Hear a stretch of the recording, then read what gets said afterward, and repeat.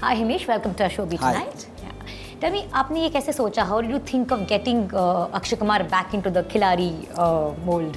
I had this story and जहाँ पर जो आपका हीरो है उसको कोई एक खरोच भी नहीं मार सकता and I think it was perfect for Akshay ji and the whole franchise Khiladi and he's born with 786 की लकीरें तो जब उनको सुनाई तो उनको बहुत ज़बरदस्त लगी and we agreed to do the film and now we are jointly producing it.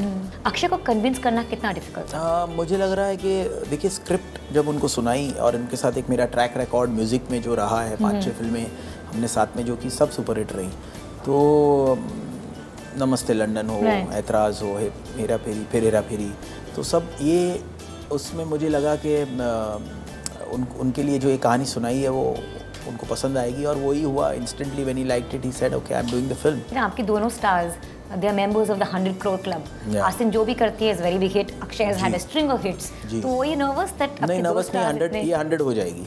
अच्छा इतनी देखिए बज़ जो अच्छा है 2500 स्क्रीन में लग रही है, लोग देखना चाहते हैं पिक्चर, म्यूज़िक बहुत ज़बरदस्त हिट हो चुका है, everything is working and Akshay Kumar ji is fantastic in the film और कंटेंट ऐसा है कि आप देखने के बाद बोलोगे मुझे पिक्चर दोबारा देखनी, मसाला है। लेकिन एज अ क्रिएटिव पर्सन आपके लिए 100 करोड़ कितना मायने रखता है? अरे 100% एज अ प्रोड्यूसर देखिए कॉस्ट आजकल जिस तरह से बढ़ चुकी है, not only it's about Akshay ji's price but it's also about the cost which goes into the making of the film, the marketing of the film.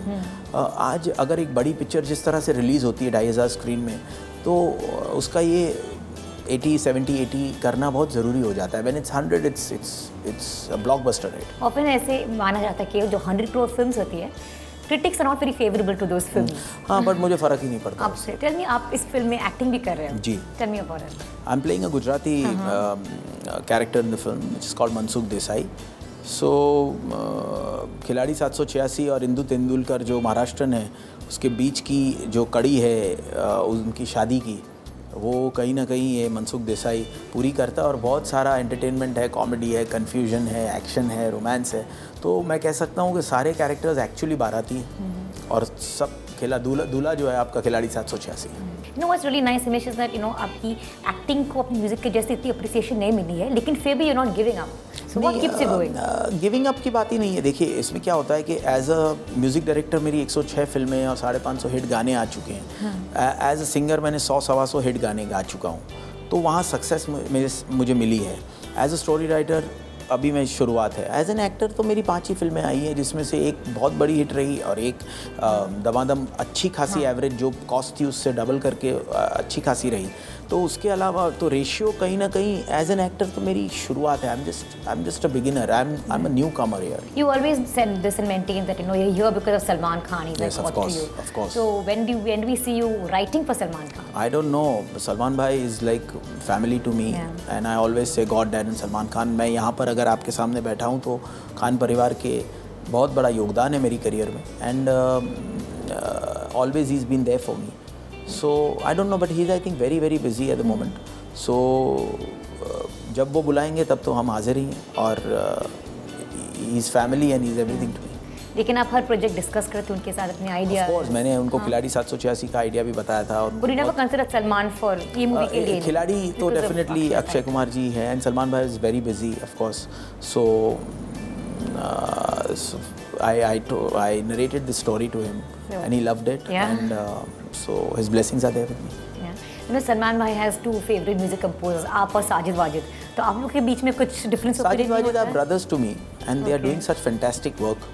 So difference of opinion होने का तो सवाल ही नहीं पैदा होता। But also composing music for Salman comes with a lot of pressure क्योंकि whatever song he's a part of becomes a hit and he becomes a character in the song. Absolutely. तो काफी challenge होगा ये आपके लिए? Yes, but मेरी उनके साथ track record 15 hits का है and last being Bodyguard. 15 hits, wow. Continuously. I have not had a flop with Salman bhai. Wow.